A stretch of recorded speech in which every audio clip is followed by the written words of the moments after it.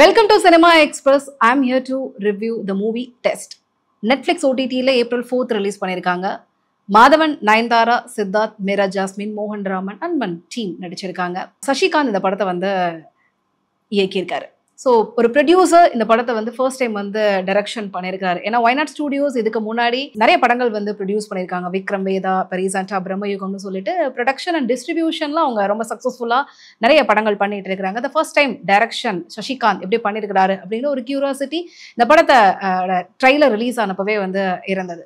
So test Sasikanth வந்து Vikram வேதாவோட producer அப்படிங்கிறது நிறைய பேருக்கு தெரிஞ்சிருக்கும். ஸோ இந்த படத்தோட பேட்டர்ன் பொறுத்த வரைக்கும் ஆல்மோஸ்ட் அதே மாதிரியான ட்ரீட்மெண்ட்டை கொடுக்கறதுக்கு ட்ரை பண்ணியிருக்காங்க. லைக் விக்ரம் வேதாவில் வந்து பார்த்தீங்கன்னா விஜய் சேதுபதி வந்து ஒரு கதை சொல்லட்டுமா அப்படின்னு ஸ்டார்ட் பண்ணுவார். ஃபைனலாக யார் நல்லவன் அப்படிங்கிற ஒரு கொஸ்டின் வந்து இருக்கும். த சேம் லைக் ஒவ்வொரு மனுஷனுக்குள்ளேயும் வந்து பார்த்தீங்கன்னா குட் அண்ட் எவில் அப்படிங்கிற ரெண்டு விஷயமும் இருக்கு. எந்த சிச்சுவேஷன் அவங்கள வந்து குட்டாகவும் இல்லை ஒரு எவிலாவும் வந்து மாற வைக்குது அப்படிங்கிற ட்ரீட்மெண்ட்டை ரொம்ப அழகா ஒரு எமோஷனல் டிராமாவா வந்து சொல்றதுக்கு இந்த படத்துல வந்து சசிகாந்த் வந்து ட்ரை பண்ணியிருக்காரு. ஸோ ஆல்மோஸ்ட் இந்த படத்தோடைய கேரக்டர்ஸ் அதை வந்து அவர் ரிவீல் பண்ண விதம், அதே மாதிரி அவங்கள வேலை வாங்கின விதம் எல்லாமே வந்து பாத்தீங்கன்னா ரொம்ப அழகாவே இருந்தது அப்படின்னு சொல்லலாம். ஏன்னா ஒரு பேட்டர்ன்ல இருக்கக்கூடிய மாதவனுடைய எல்லாத்தையுமே வந்து டிராஸ்டிக்கா சேஞ்ச் பண்ணி இந்த படத்துல வந்து அவருடைய கேரக்டர் வந்து போர்ட்ரேட் பண்ணியிருந்தாரு. ஆல்மோஸ்ட் வந்து இந்த படத்தோடைய பாதி எல்லா விஷயத்தையும் வந்து மாதவனுடைய கேரக்டர் வந்து கேரி பண்ணிட்டு போற மாதிரி ஒரு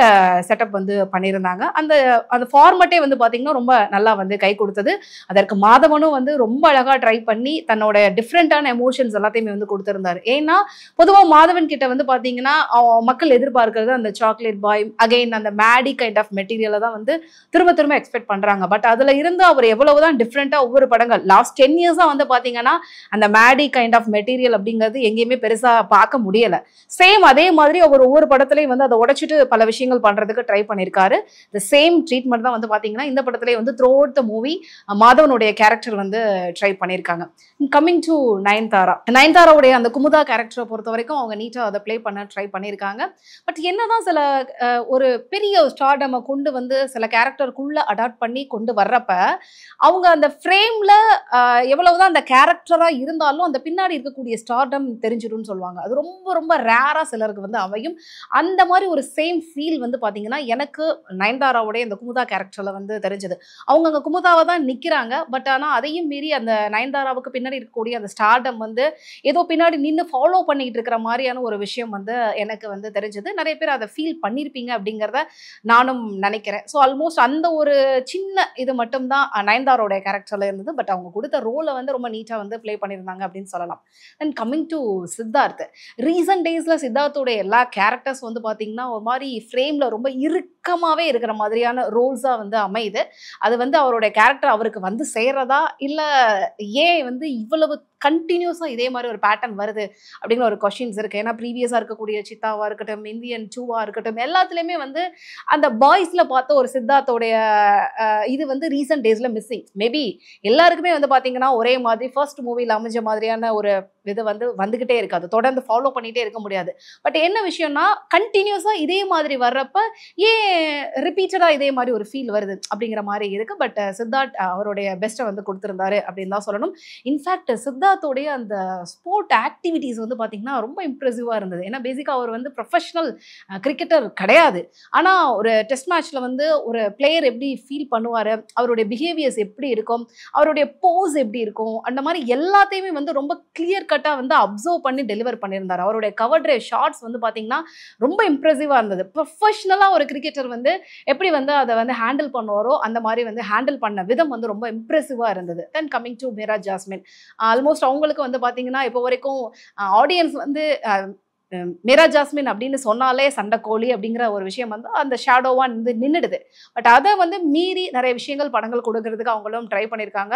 லாங் பேக் அவங்கள வந்து ஒரு த்ரோத் மூவில பார்க்கறது அப்படிங்கிறது ரொம்ப நல்லா இருந்தது. ஐ ஹோப் இன் ஃபியூச்சர்ல மீரா ஜாஸ்மின் நிறைய படங்கள் கொடுக்கறதுக்கு ட்ரை பண்ணுவாங்க அப்படின்னு நான் நினைக்கிறேன். So coming to technical team, எனக்கு இந்த டெக்னிக்கல் டீமோடைய ஒர்க் வந்து ரொம்ப இம்ப்ரெசிவா இருந்ததுங்க. சினிமாட்டோகிராஃபி விராஜ் அவராக இருக்கட்டும், அதே மாதிரி எடிட்டர் சுரேஷ் அவருடைய எடிட்ஸும் வந்து ரொம்ப கிறிஸ்பா இருந்தது. பட் ஃபர்ஸ்ட் ஹாஃப் பொறுத்த வரைக்கும் இன்னும் கொஞ்சம் அதை கிறிஸ்பா ஆக்கியிருக்கலாமோ அப்படிங்கிற ஒரு ஃபீல் வந்து இருந்தது.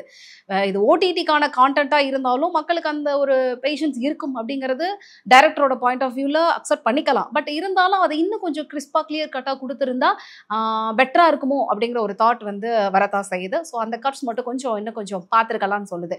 ஸோ மியூசிக்கை பொறுத்த வரைக்கும் சக்தி ஸ்ரீ கோபாலன் அவங்களுடைய டெபியூட் மியூசிக் டைரக்டரா வந்து இந்த படத்துல பண்ணியிருக்காங்க.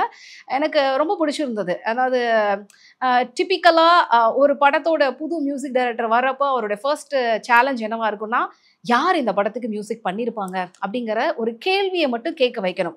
ஸோ அந்த ஒரு ஜாபை வந்து சக்தி ஸ்ரீ வந்து இந்த படத்தில் பண்ணியிருக்காங்க அப்படின்னு தான் சொல்லணும். எனக்கு வந்து பிஜிஎம்ல நான் ரொம்ப இம்ப்ரெஸ் ஆயிருந்தேன். ஸோ கண்டிப்பாக சக்தி ஸ்ரீக்கு அஸ் அ மியூசிக் டைரக்டராக சினிமா இண்டஸ்ட்ரியில் வந்து ஒரு பெரிய ஹோப் இருக்கு அப்படிங்கிறத பர்சனலாக என்னால் ஃபீல் பண்ண முடியுது. அவங்க நிறைய படங்கள் தொடர்ந்து அஸ் அ மியூசிக் டைரக்டராக பண்ணுறதுக்கு ரெடியாக இருப்பாங்கன்னு நினைக்கிறேன். ஏன்னா ரொம்ப ரொம்ப ரேராக தான் மியூசிக் டைரக்டர்ஸ், அதுவும் வந்து கமர்ஷியல் படங்கள் பண்ணக்கூடிய மியூசிக் டைரக்டர்ஸ், ரொம்ப சக்ஸஸ்ஃபுல்லான டெலிவரபிள்ஸ் கொடுக்கக்கூடிய ஃபீமேல் மியூசிக் டைரக்டர்ஸ் அப்படிங்கிறது இண்டஸ்ட்ரியில் ரொம்ப ரொம்ப கம்மி. அந்த அந்த எம்டி ஸ்பேஸை வந்து சக்தி ஸ்ரீ கோபாலன் வந்து ஃபுல்ஃபில் பண்ணுவாங்க அப்படிங்கிற ஒரு பெரிய தாட் வந்து இருக்கு. ஸோ ஓவரால் இட்ஸ் அ மூவியாக வந்து பார்க்குறப்ப டெஃபினெட்லி ஒரு நல்ல அட்டெம்ப்ட் அப்படின்னு தான் சொல்லணும். குட்டுக்கும் எவிலுக்குமான அந்த எமோஷனல் ட்ராமாவில் ரொம்ப அழகாக வந்து ஒரு சின்ன ப்ளே பண்ணுறதுக்கு டைரக்டர் வந்து ஒரு பெரிய ட்ரை கொடுத்துருக்காரு. கேரக்டர்ஸும் அதை வந்து ரொம்ப அழகாக வந்து உள்ளே வாங்கிட்டு அவங்க டெலிவரபிள்ஸ் வந்து கொடுத்துருக்காங்க. ஸோ ஓடிடிக்கான ஒரு கான்டென்ட்டாக பார்க்குறப்ப டெஃபினட்டாக இட் வில் ஒர்க். பட் ஆனால் டெஸ்ட்டில் த ஃபர்ஸ்ட் ஆஃப் வந்து it will test your patience அப்படிங்கிறத மட்டும் சொல்லிட்டு இந்த ரிவ்யூ நான் வந்து கன்க்ளூட் பண்ணலாம் அப்படின்னு நினைக்கிறேன். ஸோ நெக்ஸ்ட் மூவி ரிவ்யூவில் உங்களை அகைன் மீட் பண்ணுறேன். Until then bye from Ajay Rohini. Bye.